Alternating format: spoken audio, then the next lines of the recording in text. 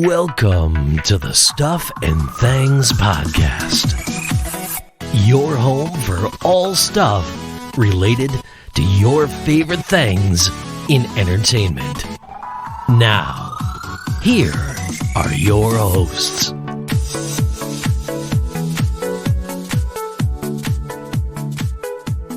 Hello everybody and welcome back to a new episode of the Stuff and Things Podcast. It's Wednesday, which can mean it's only one thing. It's Walking Dead Wednesday here on our show.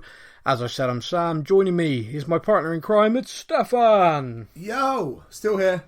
I haven't left you again. Back once again like a renegade master. Yeah, it's Walking Dead Wednesday. It feels like me and you, I talk to you every other day at the moment. At the moment, it's only going to get worse or better. But yeah, depending whichever way you're going to look at it. Depending on your point of view, it's either about to get a lot worse or a lot better. Just podcast a day soon. Yeah, just talking about us as a show right now. The Stuff and Things podcast, we cover a variety of things, and it's funny because we kind of pick shows that space out throughout a year. So we generally try and be kind of continuous all year round, but we're talking about different shows at different times. Obviously, that means we get crossovers. Yeah. But typically not massive crossover. Where we are at the moment is normal, kind of, Walking Dead Wednesdays, Marvel Mondays. A couple of shows a week, yeah. I think we had The Boys Friday at one point, and that was kind of like 3 a week. We were like, whoa! Yeah, what was going on with that? However, due to COVID and a lot of shows getting delayed and sort of schedules, and also, by the way, I think largely due to Disney Plus arriving and going, hey everyone, we're new, have some content. We're about to go a bit cray-cray. It's about to get mad. So just to give a bit of a steer, and it's not the show is me and Stephan's show, but we don't always talk to each other. There are going to be a few shows where he's talking to somebody, I'm talking to somebody. So because there are certain things that we don't watch together. We're an open podcast. We are. We mix it. We put it about. But no, wait, that's the wrong way of saying it. Yeah. So very soon you're going to have a show on our podcast where you and your good lady wife making her podcast debut. Yes. To discuss the movie Morbius. Yes. That's going to be fun. I'm actually looking forward to that. Are you going to edit short. it? It's going to be short. Yeah, I'll do it already. I can't wait. Yeah, I'm looking forward to that. I'm very. You don't know how much convincing it's taken to get my wife to agree. Well, we'll see. I think our audience are pretty nice. Most of them. A couple of them aren't. We do have a few. We do have some haters. We definitely have some haters. But that's how we know we're famous. That's how I know I made it. Yeah, definitely. Yeah, but there are haters, and one of them bought a hoodie. I don't get that. But fair enough. maybe they like to throw darts at it. Yeah. Yeah, maybe. But anyway, it's kind of a circle shape. It would be. But anyway. So, so there's that coming. Stranger Things, the Netflix phenomenon is back soon. Phenomenon is back real soon for its 4th season.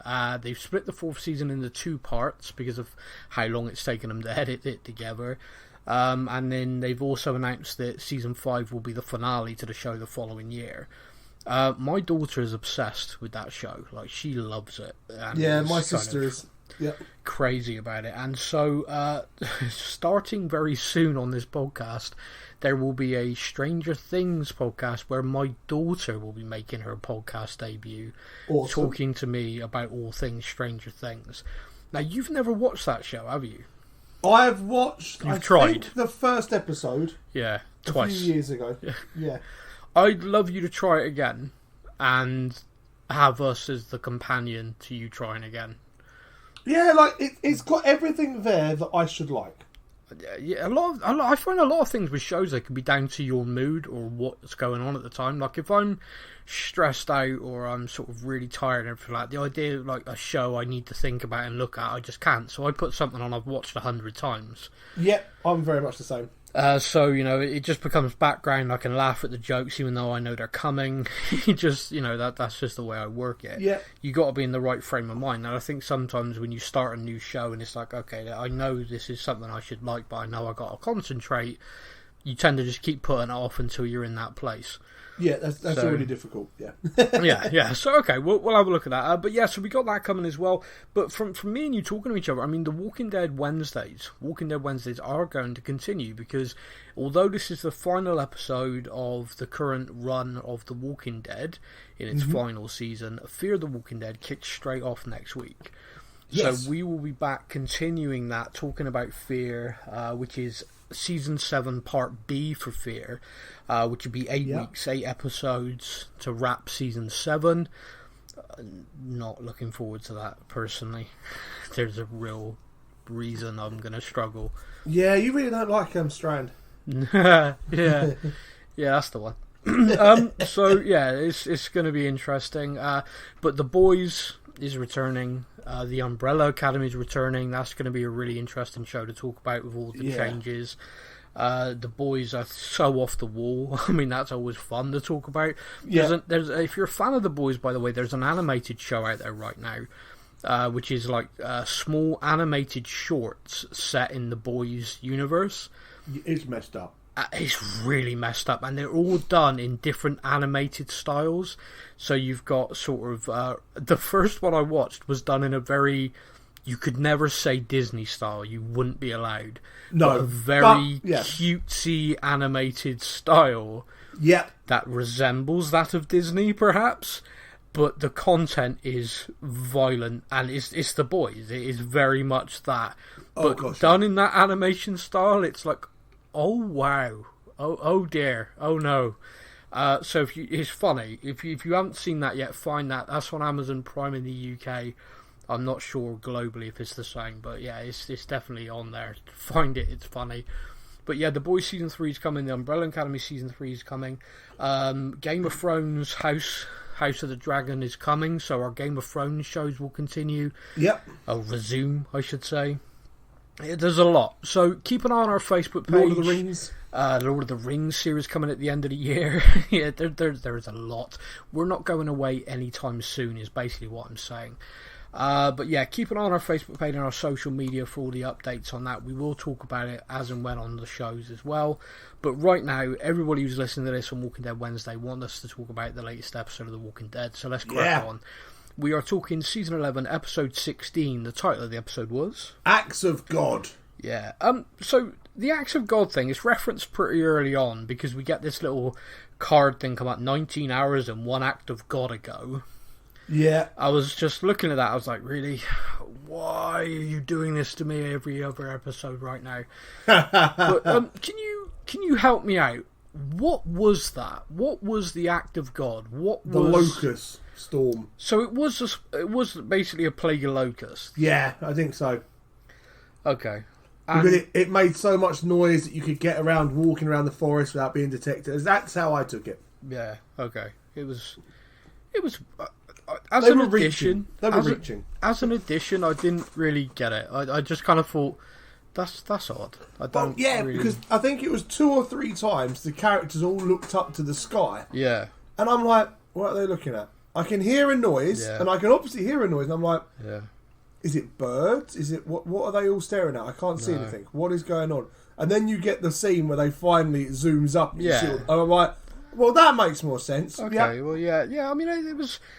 I don't know. I just sort of looked at it. I was kind of like, because I think it's Negan references it of like, that's a sign from the man upstairs. Yeah, and it was, and I think if I'm in that situation, I'd definitely be thinking the same thing. Yeah, but I didn't see.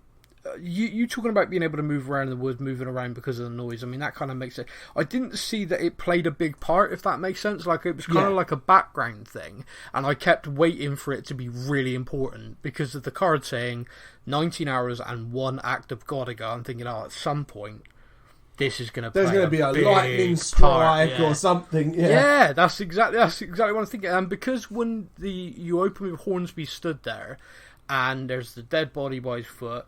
And the house, you can see, like, it looks like the house has been burnt out, like an explosion. I'm thinking, did lightning strike? Was that the act of God? Yeah. What's gone on? And then when it was like, it wasn't any of that, I'm still thinking, oh, okay, so the locust was the act of God and they didn't really play a part. Yeah, pretty much. Yep. Fair enough. Okay. They were just really loud and annoying for a while. I think that is what. Yeah. Because I initially thought as well, before the locust thing, I was thinking like, okay, that is so many flies, you can hear them humming. Is that because there are so many walkers around? Like there is a massive herd coming. That was my thought. My thought was this is like a super herd. If there's that much Yeah. Okay. Yeah. All right. So yeah, me and you were on the same page. Fair enough. Could you imagine the smell? A super horde. Oh. Well, it's something that they did in season 1 of the show. It was something very visceral with the flies and the decay and the smell. Like the actors really reacted to this stuff. I mean, I guess you're probably used to it by now. I was about to say to you, it is kind of funny that, like, they have that term as a jokey term about being nose blind. Like, people who live in a house with cats don't smell their cats, but if they go to another house with cats, they smell cats. Does that make sense? Yeah, I can't smell my own feet anymore, but my the kids takes their trainers off, you're like, jeez, kid. Yeah. So it is a natural evolution thing. So I don't think the show have got that wrong or just forgotten about it. I think you would just adjust. You know, that is the smell of your world now. And it's kind of interesting that every now and again they do react to something that's smell related and you think, oh wow, something must be different. You know, and so it's a good storytelling tool. So in this, when I was hearing it all, I was thinking, wow, that's going to be a lot of flies. My brain just went to, ooh, a big fresh herd. You know, this is maybe 300, 400 people from the Commonwealth who have gone missing, that their names are on a list, have all been rounded up into a herd, and the Commonwealth soldiers march them into places to take them over. You know, I was thinking maybe that's what they do. That would have been awesome. I was so wrong. Wrong. So wrong. It was locusts, and they just made a lot of noise. So, okay, fair enough. The episode has a lot in it. The episode has a lot kind of going on, and so I want to start with events at the Commonwealth, because I think we can kind of tidy this first, and then our little group go on to the other things. Yeah, we have a kind of super group formed back in the Commonwealth. Which is a combination of our core survivors who we've got to know over the years from the communities, with the addition of Max. Now, let's just talk about Max for a second. You're gonna use my line? Which one? How? Just how? No, I mean, the show has jumped the shark in this episode. I think everyone has to realise this. Eugene has jumped, like I jokingly said to you now, but Eugene has now dated 2 of the 4 hottest women in the Commonwealth. Yeah. How? What is going on? Well, this is it. I can get on board with suspending my disbelief to say that the dead have risen, they're feasting on the living. Yeah. I can be down with that. I can even be down with all the like people who just were pizza delivery boys and stuff like that, shooting like they're crack commandos. I can get down with that. Eugene, Max, nah, come on. No way. I was, you know, getting close to the edge of my belief when he was dating the Steph character. But then we found out she was a spy, and it was like, that kind of makes more sense. Yeah. And then Max comes along, and I'm like, wait, what? Max, even cuter. Yeah, like even lovelier, seriously. She seems. Here's Rosita and Connie away from getting a full pack of cards. Like, how is he doing this? What is this about? What is going on here? So, yeah, Eugene continues to demonstrate to every slightly overweight nerd in the world that you can score the hottie if there is a zombie apocalypse. So, you know, fingers crossed, everybody. Yep. Yeah, bring on the zombies. But yeah, all joking aside, the character of Max, just briefly on that, there seems to be like a very quiet, shy, but at the same time very intelligent woman there. Do you think that? That's the impression I get. Yeah, I'd say she's, from what I get, is that she has spent a long time kind of just doing as she's told. You know, she works for the Miltons. She does, as their secretary, what she's kind of told. But when this new group came in, she started realising that it wasn't all quite how it's been sold to her. Yeah. So I think that's going to be an interesting development of someone who was completely on side with the Miltons to now someone going, well, actually, I've just asked you about all this money, and you're like, no, put it back to us. It's fine, don't worry. Yeah. Why would we help other people? There's no point in that. Yeah, you're right. I mean, it was. You're right. It felt like a test. It felt like a kind of I've given my loyalty, I've given my time, my respect to you. I'm going to give you this one last chance to show me that it was worthwhile. Yeah. No. Okay. Fine. In that case, yeah, I'm team. I'm team outsiders here. I'm team. Yeah. You know. What did you think of the scene when she's stealing the paperwork, and little Sebastian comes in? I found that nervous, really tense. Because of his character, you don't know where or what he's going to do. No, he seemed drunk as well. He seemed like he was intoxicated or something. Yeah. Yeah. And I was very worried about where that scene was going to go. I think, based on the way you've said that, the same as me. I was very worried. I find scenes like that, horribly, scenes like that where the guy and the woman like that are feeling very uncomfortable are commonplace in the world. It needs to be depicted on TV more, because more and more people need to see it to understand just how bad that is. Yeah. I think as a watching audience, I think I can speak for me and you, it was really uncomfortable the way he was getting so close to her. Yeah, and just not knowing what that next step was going to be. No. Was it going to be to step off, which luckily he did? Yeah. Or to step forward and us suddenly go, oh wow. Yeah, this is bad. Now, one of the things in that scene is he does knock the sort of paperwork and picks it up. The kid was intoxicated, so I think he definitely clocked what she was doing.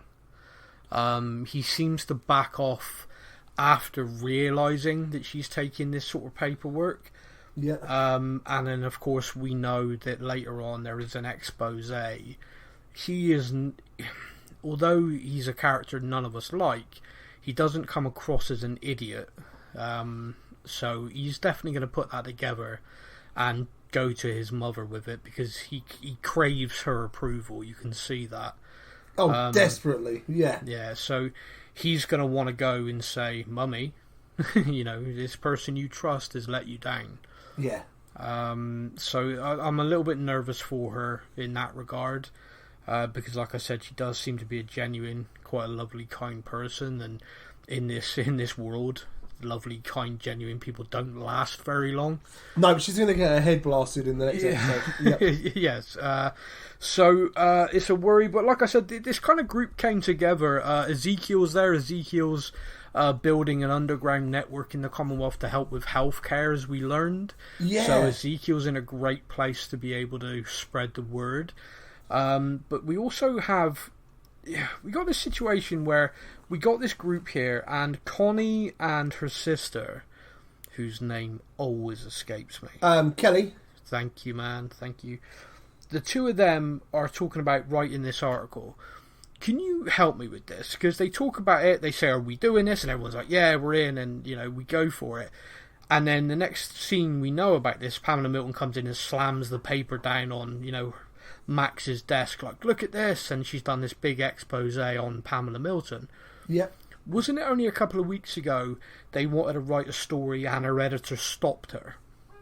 Yes. So what has changed? Why has she now suddenly been allowed? Yeah, of course you can write this big piece. Yeah, because the thing she was going to write before had nothing on this. You know, the thing she was going to write before was like, oh, maybe it's not that fair. Maybe, you know, maybe this person wasn't who we thought they were. Maybe, you know, just basically asking questions. Yeah. And it was like, no, absolutely not. This is straight up going for the president, accusing of lying to the people. And the editor's gone, do you know what? That's a great idea. What a great piece of journalism. Thank you. You know, the last piece I thought might get us in trouble. This one, absolutely not. Everyone's going to love it. Yeah, this one is perfect. Let's get it out there. And you're like, yeah, so I'm not quite sure what's happened there. All I can think of is that they've kind of overtaken the press thing and printed it without his knowledge. Yeah, because you think the person. There's an editor sat there somewhere going, that's not what I approved. The front page I approved was Pamela Milton loves her hugs. You know, I don't get it. I don't get it. So yeah, maybe in the first episode back, we're gonna have that editor dragged into Pamela Milton's office, and she's gonna be like, "I didn't approve this," you know. Yeah, but, honestly. Yeah, buddy, I don't know what's going on. But yeah, so that is what is going on at the Commonwealth. Now, with that going on, things inside the Commonwealth back there are going to get very interesting for our group. Oh, because it's going to become a kind of political intrigue backsiding. There is a preview of episode 17 available where Carol is making breakfast for Gracie and Little Ass Kicker, who will always be called that, by the way. That is her name. Yeah. That is her official name. If you're an OG Walking Dead fan, that is her name. And Carol spots there's a protest outside. There are people with placards protesting against Pamela Milton and what's happened. And she spots a couple of Hornsby's agents coming for her. So she tells the girls to hide, and then we see a knock on the door, and that's the clip. That's the preview. So it would suggest that back there things are going to be getting a little bit tense. Yes. Carol with all smiles to the girls, making them breakfast, suddenly transforming to /murderer Carol as soon as she thinks there may be trouble. So that's going to be fun. That's going to be interesting. I also can't wait to see what part Max's brother plays. He has proven to us over the last couple of weeks that he definitely has a moral compass. He definitely sees where there are problems, but at the same time he wants his sister safe, and he knows the Commonwealth is as safe a place as you can be in this world. So if he is confronted with a situation where his sister is in trouble and she's up against it and he's going to have to pick a side almost, I'm going to be intrigued, because he does appear to be very respected. You know, the general, they've kind of built him up into this almost action hero figure. If he was to turn around and say, hey, I don't like this system, I don't know what's going on, I think Pamela Milton and the others would have real problems. Yeah, he's got enough behind him. Also, who would the military have loyalty to? We have seen that they appear to have very divided loyalty, like the police aspect for etc. just didn't care about who he was, just didn't care, just kind of mouthed off him, and he shot them both. Yes. You know, so, I mean, don't get me wrong, that's one way of taking out people who don't like you, and, you know, filling the ranks with those who do, but there must be a lot of people who are serving in the Commonwealth Army, the CA as they call it, who would support him over anybody else.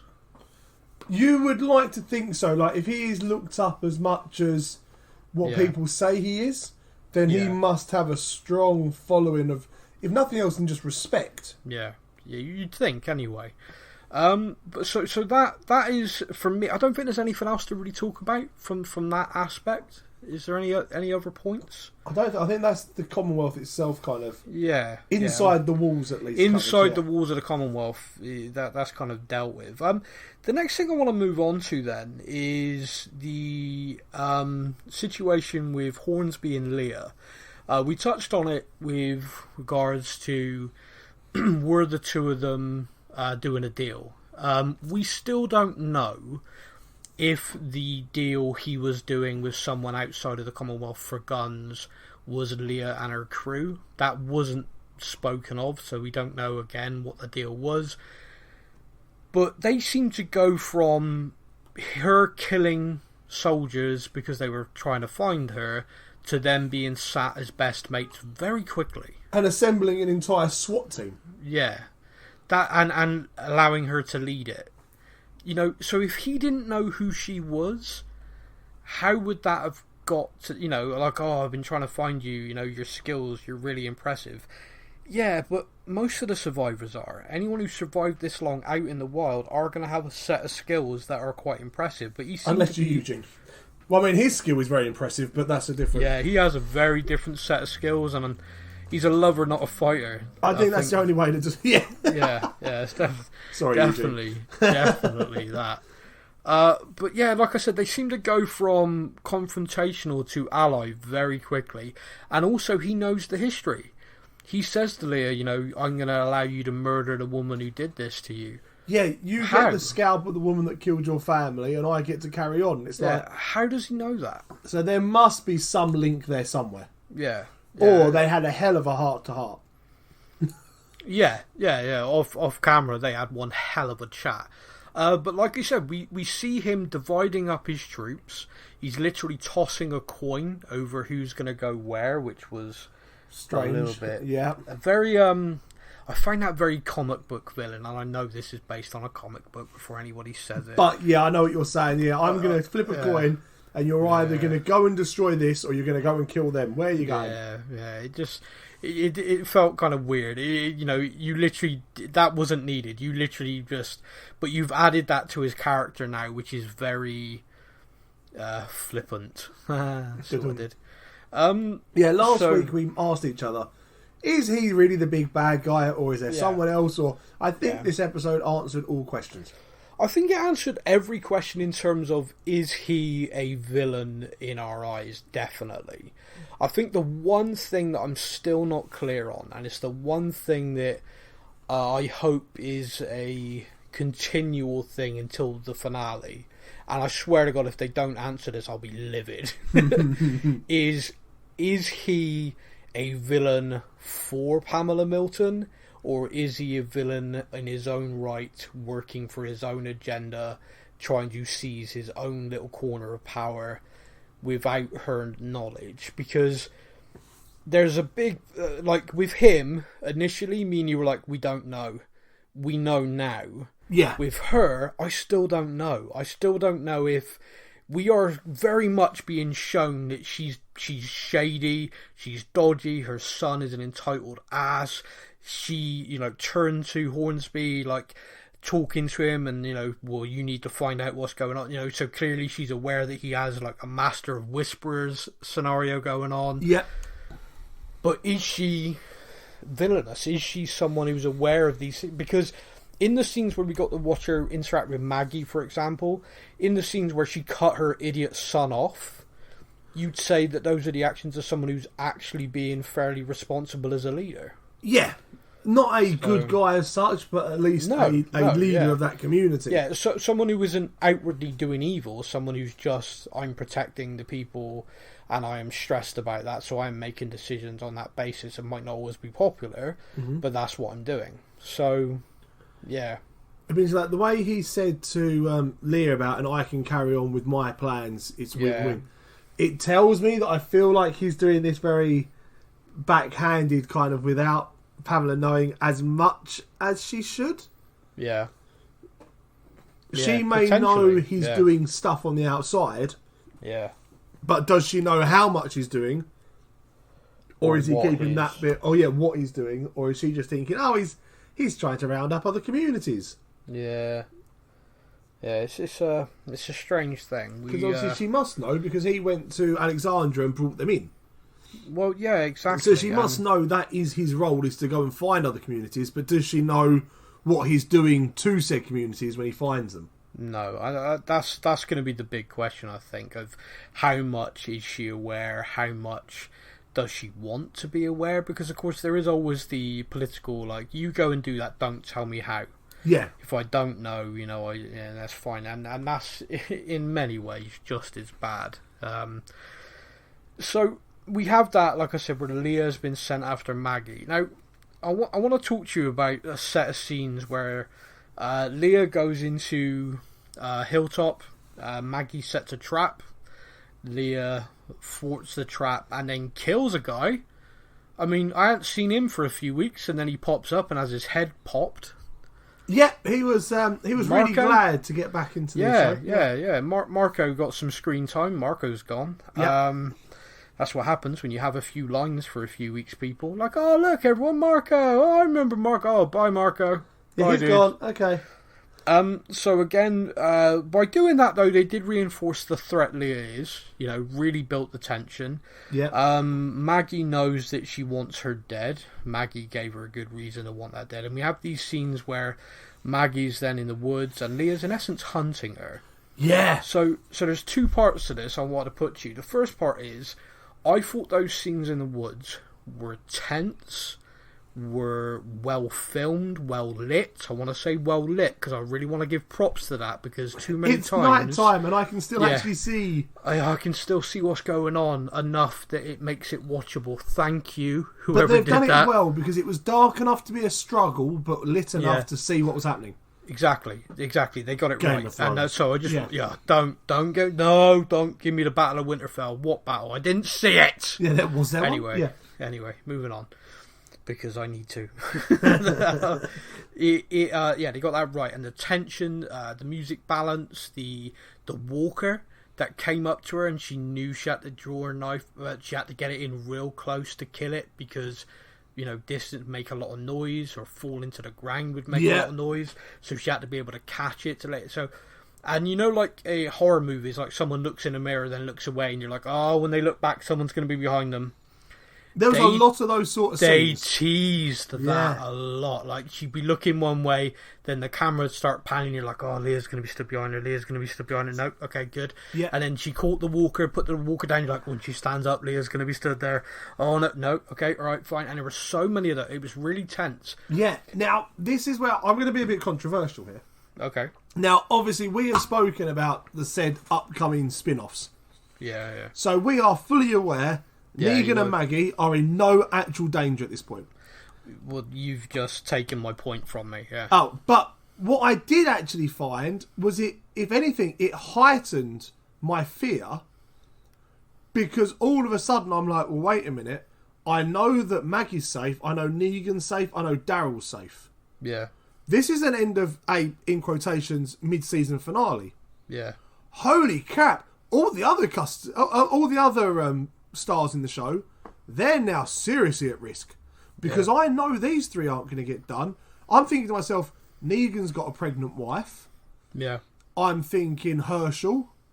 I'm thinking Lydia, Aaron, all them lot. I'm suddenly going, oh, Gabriel and Aaron are off with Daryl, but we know Daryl's fine. So all of a sudden, this is the first time since they've announced the spin-offs where I was actually like, wait, this has actually brought my fear up a notch, because I know these three are safe, but what about the other 5 people around them? Yeah.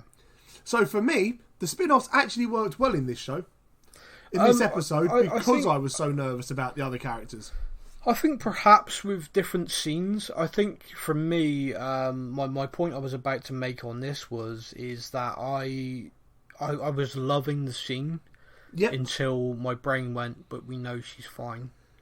Yeah, and that frustrated me. And then we had the moment where she gets knocked out and she comes to, and I'm kind of looking at that. I'm like, Leah's hunting her, and Leah is able to get so close to her, she's able to knock her unconscious.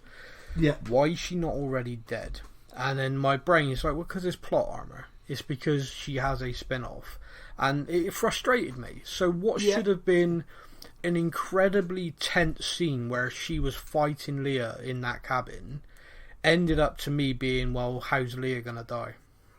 I get you, because I know Maggie's fine. Yes. So I mean, what my note literally says, a fantastic set of scenes, like really brilliant, and I can't say this enough. The tension, the acting, the music, and the musicality, the sound. Everything about the way this was filmed was perfect.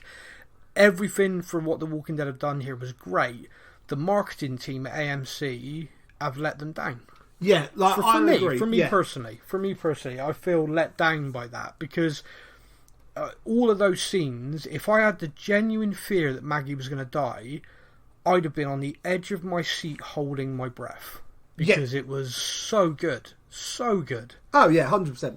Yes, my fear, as I was saying, like my fear for the other characters, as soon as she woke up in the cabin, then it was gone. Yeah. But in the woods itself, I'm expecting her to walk around the corner, and there's Lydia being held by Leah, and you're like, oh my god, like Lydia's dead. Yeah, or I see what you mean. Yeah. In the, we'll talk about the other side of it with Daryl in a second, but in that point, he had the 2 characters with him. Yeah, and any second, I'm like, one of those 2 could be gone. Yeah, with that scene, we'll come to that in a second. But so I do just want to wrap this aspect up, which is Leah does get the upper hand, and it does look like Mag is in deep trouble, and then Leah's head pops. Yeah, she's been shot. So there's two parts to this. One, me and you called it. It would have to be Daryl. Yeah. The second part is, and I'd love to know this, but I get the impression it was instant. How long was he there? Because if Daryl walked in the room and had a second to decide between the woman he fell in love with and Maggie, and he chose that quickly, what a guy Daryl is, family first. Yeah. But did he wrestle with that? Was he there for a minute like, oh no, what do I do? Do I try and pull her off and separate them? Because he literally, to me, it's like he walked through the door, bang. Yeah. That I mean, I don't know. Where are you with that? Because I'm kind of like, oof, that's savage, Daryl. But at the same time, your loyalty is never, there's no question where Daryl lives. Yeah, no, I was the same. I assumed he must have literally walked in at that moment and gone, no, bang. Yeah. But then there wasn't really even much of a look of remorse or anything on his face afterwards. No. He nothing. just done it and was like, done. Yeah, what? And that's it. I mean, I did think to myself afterwards that when he let her go, I think he said never come back. Yeah, I think he basically let her live and said never. I don't ever want to see you again. Yeah, and so maybe in his mind, he reconciled that love, that feeling. He saw her hurt people, and so to him it was like, I have done my bit. I have given her a chance to go away and lead a life. Yeah, she's chosen to try and kill someone I consider family. That's it. Game over. Yeah, I think you're right. Like, I do think as well that Daryl is that kind of black and white, that it was a case of family's family. Yeah, no, I agree with you. I think that's what it is. Hornsby does show up at that moment where they are. Daryl takes a shot at him, by the way, like a real quick pot shot, and it does graze him. Takes the cheek. Yeah, which is kind of fun. That's a scar. The makeup department hate that, of course. It means the next few episodes are like, oh, we got to do that every day now. Thank you. But what gives you more of a villainous look than a scar? Exactly. He's now got the scar on his face. He's now, he's just flicking a coin with a scar. Yeah, he's an eye patch away from being full on Bond villain. Yes. But yeah, so that has happened. But Daryl and Maggie get away. Daryl knows that area very well, as we know. So it's not jumping the shark that he'd be able to find a way out of that in any sense. So I thought that was all done really well. Those two return then to what Negan described as a what was it?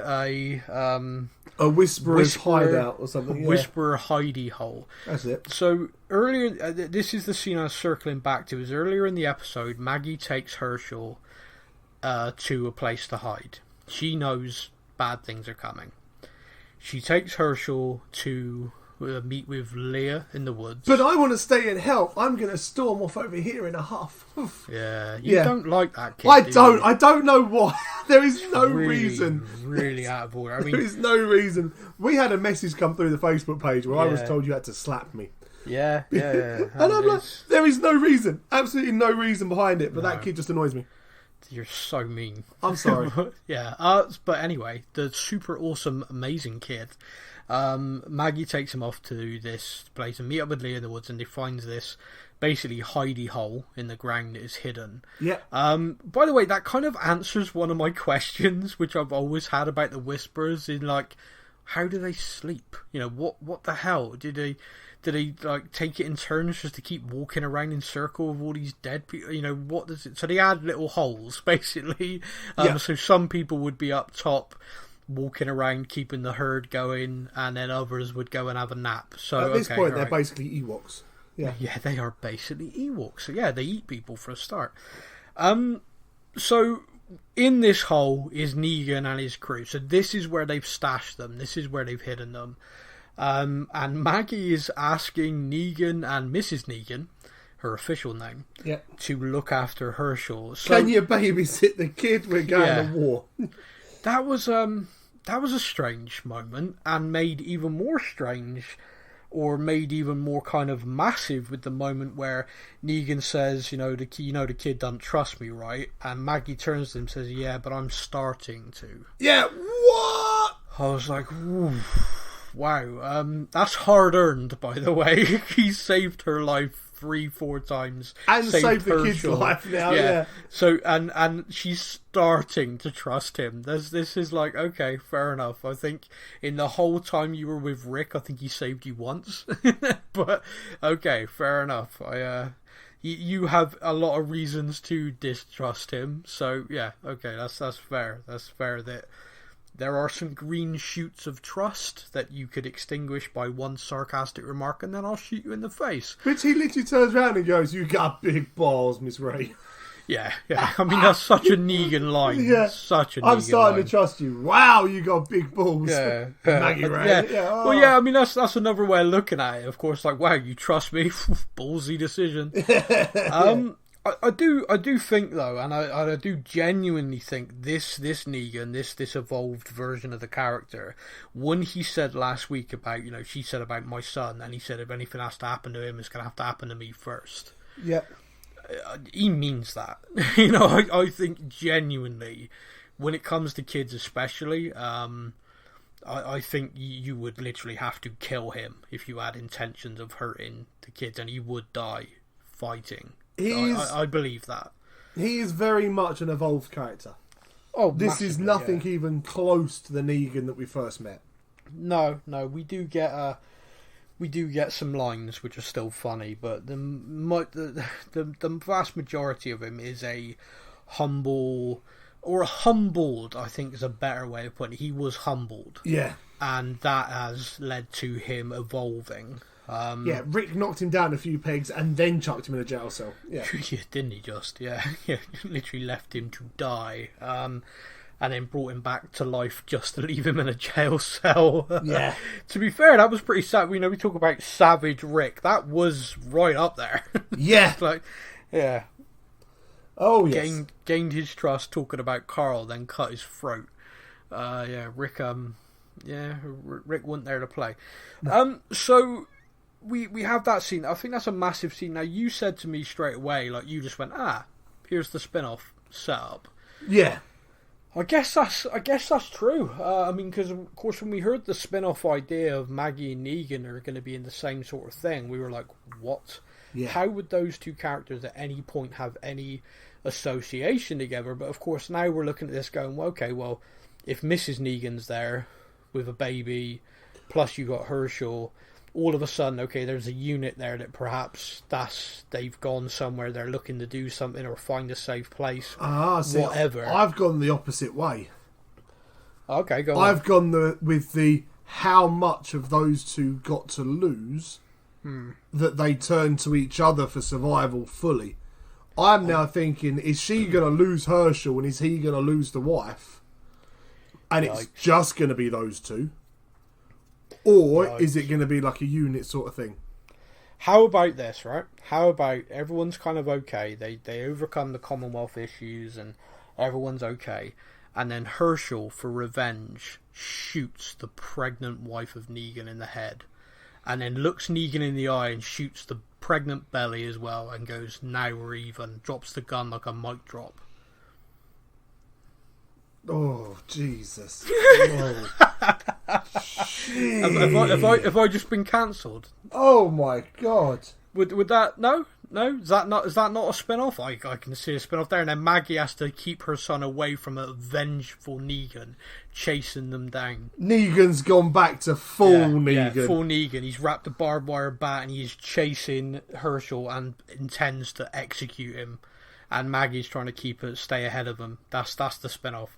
That's not where we thought it was going at all. Oh, wow! Imagine that. Would you like the kid then? Would that get him props? I mean, that'd be more ballsy, to be fair, than dropping off and sulking into the woods. He's like 10. Jeez, he's going to shoot a pregnant woman in the head and the stomach, and then look him in the eyes. And mic drop. You got to remember, he drops the gun like a proper yo, Herschel out, bitch. Oh my God! No, do you think that might be a bit far for network television? Even worse is that we see him shoot her in the head. Yeah. and then we see him aim the gun down a bit. Yeah. And then we just see Negan's face as they hear the gunshot. Yeah, see, you know it. You can see the scene. Oh, that's the worst part. Wow, how messed up am I that I can actually see that scene? Yeah. To all the listeners, you guys. You're welcome, everybody. Yeah. All those listeners that are now visualising this, go to a doctor. I guarantee there's one or two of them going, get him on the writing staff. I guarantee one or two people listening to this are going, oh, wow, that's so dark, it's amazing. Mr. Kirkman is listening himself going, I wish I thought of that. Oh no, I hope not. No, there you go. That's a spin-off idea for you. So I go with they're all going to get killed. It's just those two, and you're going with Herschel is going to brutally murder and then be on the run. A pregnant woman and an unborn child, whilst eye contact. Wow. I mean, I'm interested to see in the next 8 episodes which route they take. Yeah. And if I'm right, wow. because I'm saying it laughing. I should not be right. No, please don't be. Yeah, if we hear about Walking Dead have gone into some reshoots following a different idea, like, no. It was a joke. yeah, don't do that. So we kind of covered those scenes, we kind of covered that aspect of it, but there's a different part to the Hornsby storyline in this episode where Hornsby did divide those soldiers, like we said, and sent a strike team off with Leah and Maggie, and we know that aspect of it. But he also sent a team with Daryl, Aaron, and Gabe, basically clearing places, which is something that they do. The CA do. They go in areas, they do it like a grid reference. Daryl knows that, he's been with them long enough. They go in, they clear zones, they report in, like building whatever, clear, moving on to zone whatever. And, that's kind of like their day-to-day grind. Yeah. So they've been sent off to do that, but it's pretty obvious from the get-go that Daryl is... he's not on board. He's kind of looking over his shoulder. Yeah. And we said last week that Daryl didn't just try and calm down the situation at Hilltop. Daryl escalated it and picked a side that was not Hornsby. He put a gun to Hornsby and basically made it abundantly clear he'd die first and then a lot of other people would die. So we wondered if there'd be some sort of recompense for that, some sort of justice coming his way. And it's pretty obvious that Hornsby didn't appreciate that.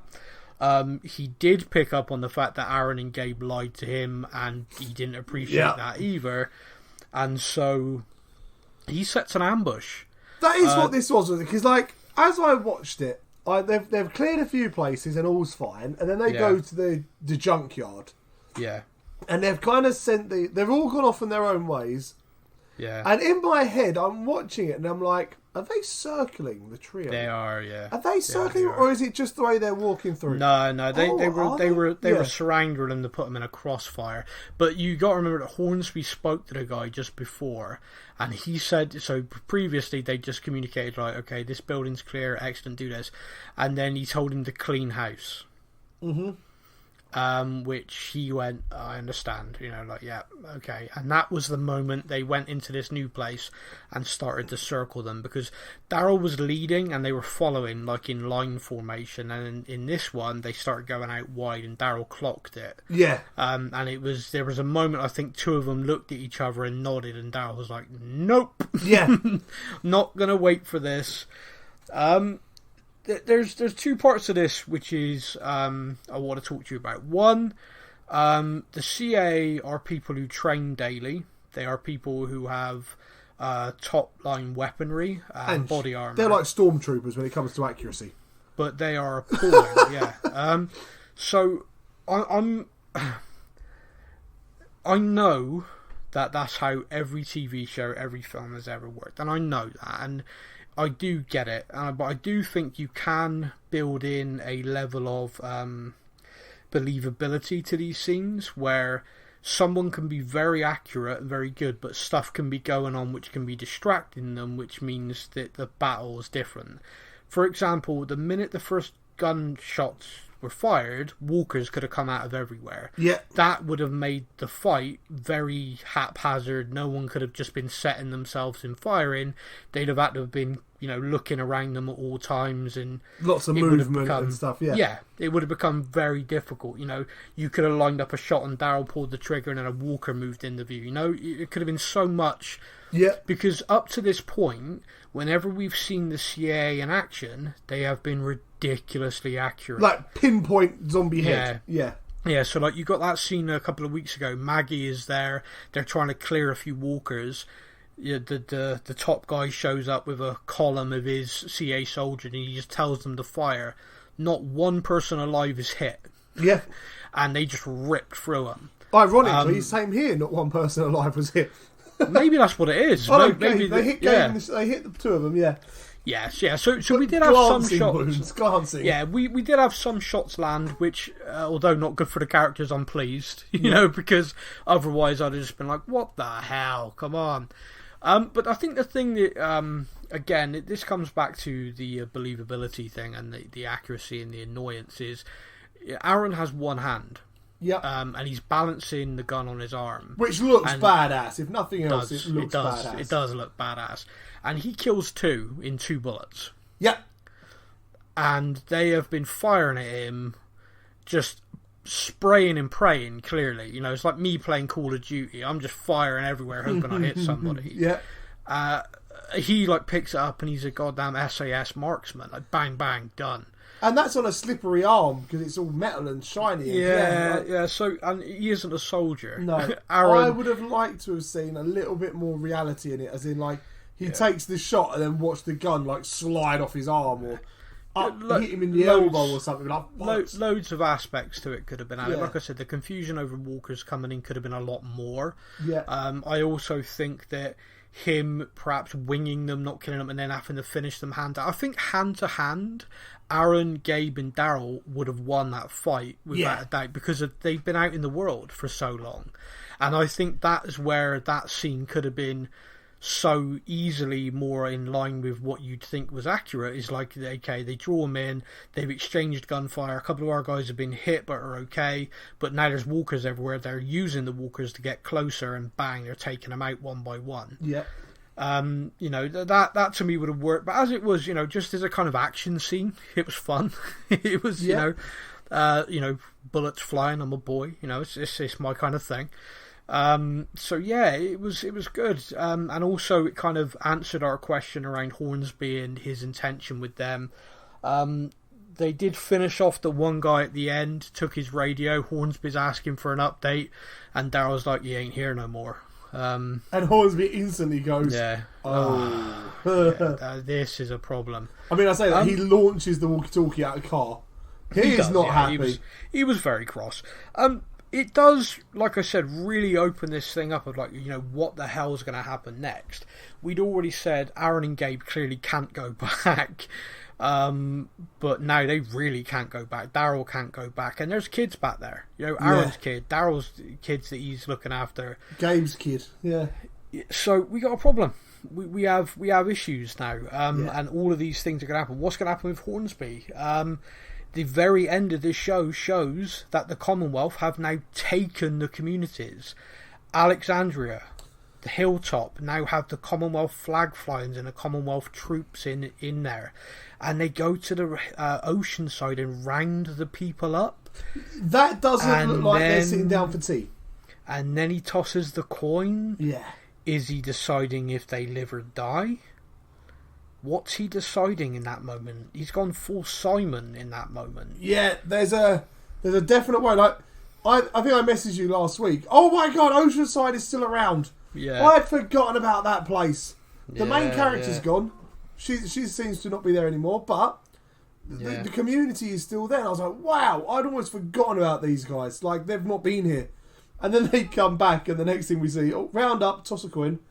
And you're like, maybe you guys wish you still weren't here. Yeah, I hear you. Yeah, so that's going to be interesting. Like, my concern now is that we only have 8 episodes left. Yeah, there's a hell of a lot to work out in 8 episodes. There is a hell of a lot. Or there's very little, and they're going to do it very quickly, and there's going to be bottle episodes. That's my concern of which way this is. I don't want, I don't want the final 8 episodes ever to have a bottle scene in it, or you know, to feel rushed. Yeah. And at the same time, I don't like. I remember Game of Thrones when the last season of Game of Thrones came out, and that last season finished, and everyone was like, "That was it." Yeah. We've built up all this storyline and everything being amazing, and the last 6 episodes were crap. I think there is a real fear with this, is that because they've announced all these spin-offs, the final 8 episodes are just going to be setting them up. Yeah. Which would be a real shame. But I think we've covered everything. Have we covered everything? Are you happy? Commonwealth inside and outside. Yeah, I think so. Yeah. Brilliant. I want to say a massive thank you to everybody for continuing to listen. We love getting the feedback. Send us in emails, send us in messages. Like I said, Walking Dead Wednesday will continue because Fear the Walking Dead kicks straight off. Yeah. We'll be back next week, everybody. Until then, you take care. That's a mid-season, second, third of a season, some point break wrap. Thank you for listening to the Stuff and Things podcast. We hope you enjoyed the show. You can find us on Facebook or online. Simply search the Stuff and Things podcast to join in our conversation every week.